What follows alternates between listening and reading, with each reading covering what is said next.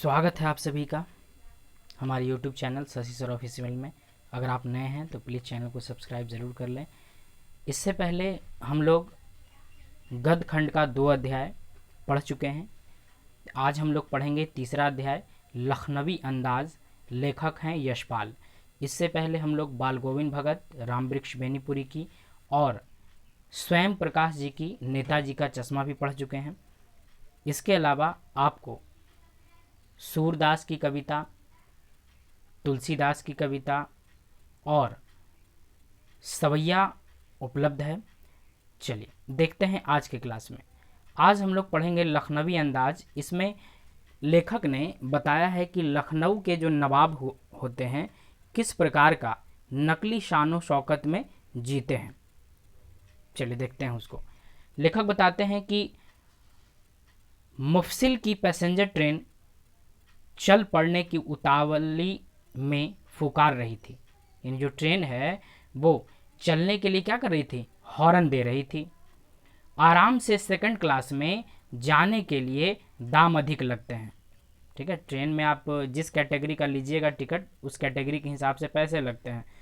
ठीक है, general ticket लीजिएगा, सामान बहुत भीड़ भाड़ रहता है, उसमें कम लगता है। थोड़ा रिजर्वेशन में जाइएगा पैसा आपको ज़्यादा लगेगा, एसी बोगी में जाइएगा ज़्यादा पैसा लगेगा। तो इसीलिए कहते हैं कि सेकंड क्लास में जाने के लिए दाम अधिक लगते हैं। दूर तो जाना नहीं था, भीड़ से बचकर एकांत में नई कहानी के संबंध में सोच सकने और खिड़की से प्राकृतिक दृश्य देख सकने के लिए टिकट सेकंड क्लास का ही ले लिया।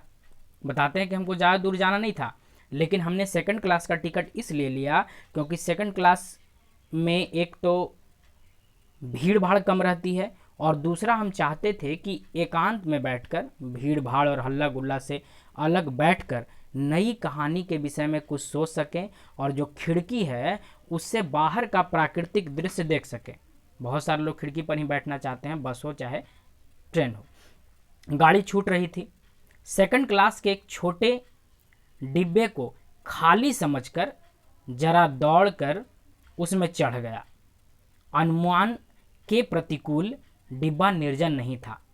इन्होंने अनुमान लगाया था कि खाली होगा, लेकिन इनके अनुमान के प्रतिकूल मतलब उल्टा, डिब्बा निर्जन नहीं था यानी खाली नहीं था। एक बर्थ पर लखनऊ की नवाबी नस्ल के एक सफ़ेद पोश सज्जन, नवाबी नस्ल के एक सफ़ेद पोश सज्जन बैठे थे। नवाबी नस्ल के क्या थे, सफ़ेद पोश सज्जन बैठे हुए थे। सफ़ेद पोश मतलब सफ़ेद कपड़ा पहने हुए। नवाबों की आन शान बहुत ज़्यादा होती है। सामने दो ताज़े चिकने खीरे तौलिए पर रखे थे। ठीक है, डिब्बे में हमारे सहसा कूद जाने से सज्जन की आंखों में एकांत चिंतन में विघ्न का असंतोष दिखाई दिया। लेखक बताते हैं कि वो अपने चिंतन में डूबे हुए थे और जैसे ही हम वहाँ डिब्बे में पहुँचे ऐसा लगा जैसे नवाब साहब के चिंतन में क्या हो गया, बाधा आ गया। वो बैठकर खीरे के विषय में लगता है सोच रहे थे। सोचा हो सकता है यह भी कहानी के लिए सूझ की चिंता में हो या खीरे जैसी अपदार्थ वस्तु का शौक करते देखे जाने के संकोच में हो। लेखक बताते हैं कि मैंने अंदाज़ा लगाया कि हो सकता है मेरी तरह बेचारा ये भी कहानी के विषय में सोच रहा होगा, या फिर इसलिए संकोच कर गया क्योंकि सामने खीरा रखा हुआ है। लोग यही सोचेंगे कि अरे ये खीरा खा रहा है नवाब साहब। नवाब साहब ने संगति के लिए उत्साह नहीं दिखाया। देखिएगा ट्रेन में क्या होता है, कुछ ऐसे प्रकार के लोग होते हैं बगल में बैठ जाओ तो चुपचाप बैठे रहेंगे, बोलने का मन नहीं करता उनको। और कुछ लोग ऐसे हैं कि बगल में बैठ गए तो पूरा सफ़र में जो है आपका माथा खा जाएंगे, इतना बात करेंगे आपसे। हमने भी उनके सामने की बर्थ पर बैठकर आत्मसम्मान से आंखें चुरा ली। लेखक बताते हम भी उनके सामने बैठ गए लेकिन आंख चुरा लिया, हम भी कुछ नहीं बोले। ठाली बैठे कल्पना करते रहने की पुरानी आदत है।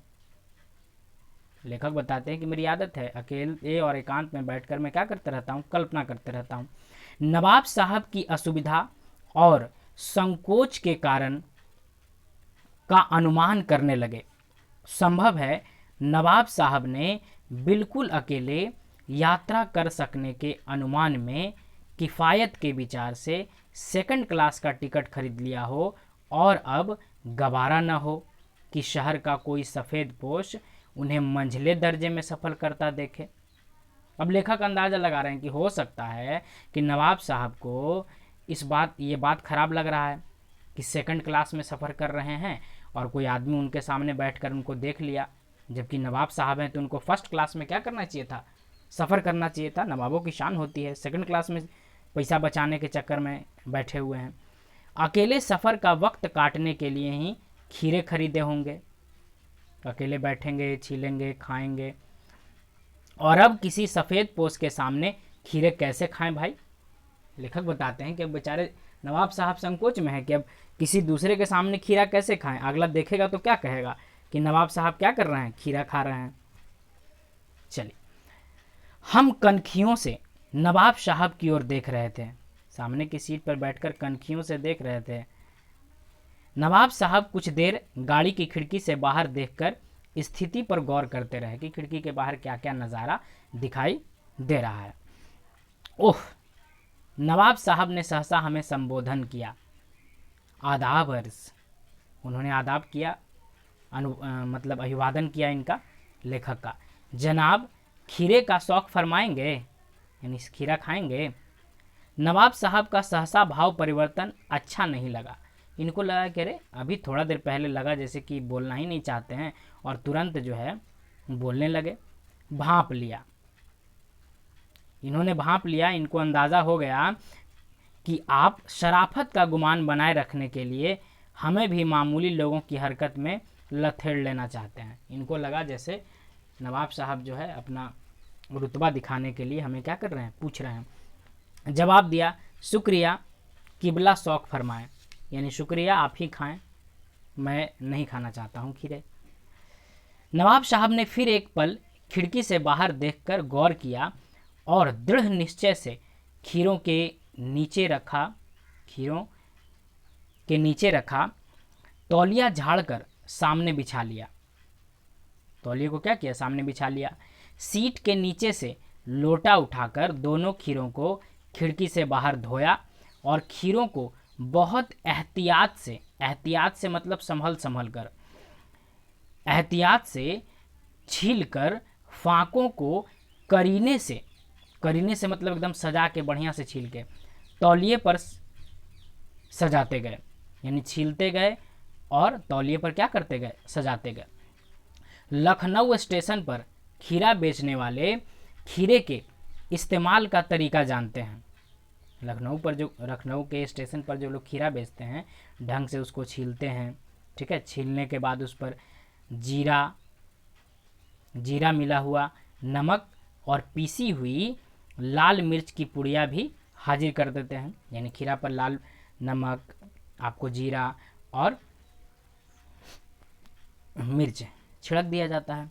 नवाब साहब ने बहुत करीने से खीरे की फाँकों पर जीरा मिला नमक और लाल मिर्च की सुर्खी बुरक दी, यानी सुर्ख पाउडर सूखा हुआ। उनकी प्रत्येक भाव भंगिमा और जबड़ों के स्फुरन से स्पष्ट था कि उस प्रक्रिया में उनका मुख खीरे के रसास्वादन की कल्पना से पल्लावित हो रहा था। लेखक बताते हैं कि उनके मुख को देखकर, उनके गले को देखकर ये स्पष्ट रूप से पता लग रहा था कि उनका जो मुंह है उसमें खीरा खाने की कल्पना करके ही पानी आ रहा था। देखिएगा, सामने अगर भोजन कुछ अच्छा दिखाई देता है तो कई लोगों के मुंह में क्या आ जाता है, पानी आ जाता है। तो इनके साथ भी वैसा ही हो रहा था। हम कनखियों से देखकर सोच रहे थे, मियाँ रईस बनते हैं लेकिन लोगों की नज़रों से बच सकने के ख्याल से अपनी असलियत पर उतर आए हैं। यानी लेखक बताते हैं कि बन जरूर रईस रहा है लेकिन वास्तव में ये रईस है नहीं, सब कुछ क्या है, फोकस है, दिखावा है। नवाब साहब ने फिर एक बार हमारी ओर देख लिया। वल्लाह शौक कीजिए, लखनऊ का बालम खीरा है। लखनऊ का क्या है, बालम खीरा, वहाँ प्रसिद्ध है खीरा, बालम खीरा जिसको कहते हैं।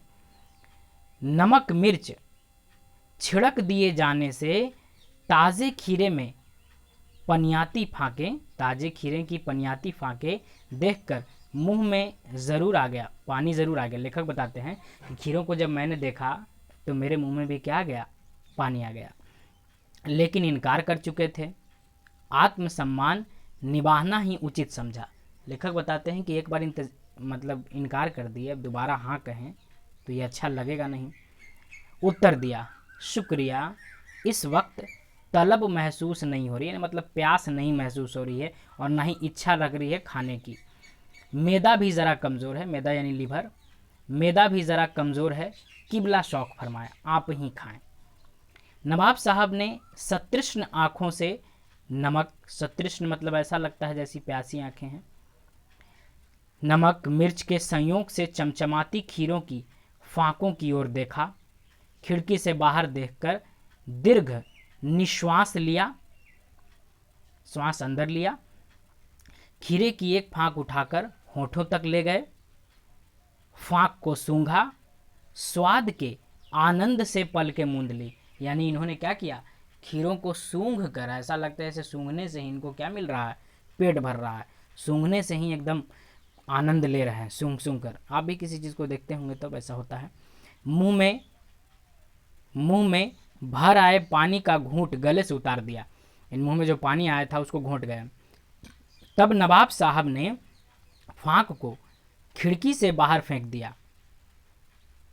जो खीरे के फांकों को वो सूंघ रहे थे, उन सूंघने के बाद क्या किया, उसको खिड़की से बाहर फेंक दिया।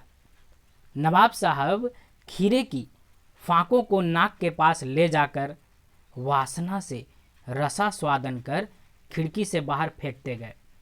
एक एक खीरा को सूंघ रहे थे, बढ़िया से आनंद ले रहे थे, और आनंद ले लेके केवल सूंघ कर और खिड़की से बाहर क्या किए जा रहे थे, फेंके चले जा रहे थे। चलिए आगे देखते हैं। नवाब साहब ने खीरे की जितनी भी फांके थी सबको खिड़की से एक एक करके क्या किया, बाहर फेंक दिया। फेंकने के बाद हाथ धोया और तौलिए से होंठ को पोंछ लिया और गर्व से गुलाबी आंखों से हमारी ओर देख लिया, मानो कह रहे हो यह है खानदानी रईसों का तरीका। यानी ऐसा लग रहा है जैसे शान दिखा रहे हैं कि देखिए हम लोग नवाब सूंघ के ही किसी चीज़ का आनंद ले लेते हैं, आप खाप के भी नहीं ले पाते हैं। चलिए आगे देखते हैं फिर क्या होता है। नवाब साहब खीरे की तैयारी और इस्तेमाल से थक कर लेट गए। ऐसा लगता है जैसे खीरा खाने, छीलने, ये सब काम में इतना ज़्यादा इनको भार पड़ा है कि ये थक गए हैं। थक के क्या हो गए, लेट गए। हमें तस्लीम में सिर खम कर लेना पड़ा। यह है ख़ानदानी तहजीब, नफासत और नज़ाकत। बताते हैं कि इनको जो है माथा चकरा गया ये सब देख कर कि देखो तो यही है इनका ख़ानदानी तरीका। हम गौर कर रहे थे खीरा इस्तेमाल करने के इस तरीके को। खीरे की सुगंध और स्वाद की कल्पना से संतुष्ट होने का सूक्ष्म, नफीस या अबस्ट्रैक्ट तरीका ज़रूर कहा जा सकता है, परंतु क्या ऐसे तरीके से उदर की भी तृप्ति हो सकती है? यानी नवाब साहब ने जो किया, भले ही हाई फाई सोसाइटी दिखाने के लिए किया, लेकिन क्या इस तरीके से किसी का पेट भर सकता है? ये जो कुछ उन्होंने किया, सूंघ के खीरों को फेंक दिया, क्या सूंघने से इनका पेट भर गया या किसी का पेट भर सकता है? नवाब साहब की ओर से भरे पेट के ऊंचे ढकार का शब्द सुनाई दिया। सोचिए, सूंघ लिए, सूंघने के बाद लेट गए, लेटने के बाद ढकार रहे हैं, ऐसा लग रहा है जैसे भर पेट कोई खाना खा लिया है। ठीक है, सुनाई दिया। नवाब साहब ने हमारी ओर देखकर कह दिया, खीरा लजीज होता है। यानी खीरा जो है स्वादिष्ट होता है, लेकिन होता है शकील, नामुराद, मैदे पर बोझ डाल देता है। यानी पेट पर क्या डालता है, असर डाल देता है ये खीरा। ज्ञान चक्षु खुल गए, इनकी आंखें खुल गई। लेखक बोलते हैं कि मेरी आंखें खुल गई। ये है नई कहानी के लेखक। लेखक बता रहे हैं कि मुझे मिल गया नई कहानी का लेखक, नवाब साहब के विषय में। खीरे की सुगंध और स्वाद की कल्पना से पेट भर जाने का डकार आ सकता है, तो बिना विचार, घटना और पात्रों के लेखक की इच्छा मात्र से नई कहानी क्यों नहीं बन सकती। यानी लेखक बताते हैं कि जिस प्रकार केवल कल्पना मात्र से, सूंघने मात्र से खीरे को उनका पेट भर गया नवाब साहब का, तो फिर हम जैसे लेखक बिना कोई पात्र चुने, बिना कोई घटना को टारगेट किए हुए कहानी क्यों नहीं लिख सकते। यानी एक तरह का व्यंग इन्होंने किया है नवाबों की झूठी शान पर, कि किस तरह के होते हैं लखनऊ के नवाब जो झूठी शान दिखाते हैं। तो ये कहानी आपको कैसी लगी, लाइक कमेंट शेयर ज़रूर करें। मिलते हैं नेक्स्ट वीडियो में, तब तक के लिए सबको मेरी तरफ से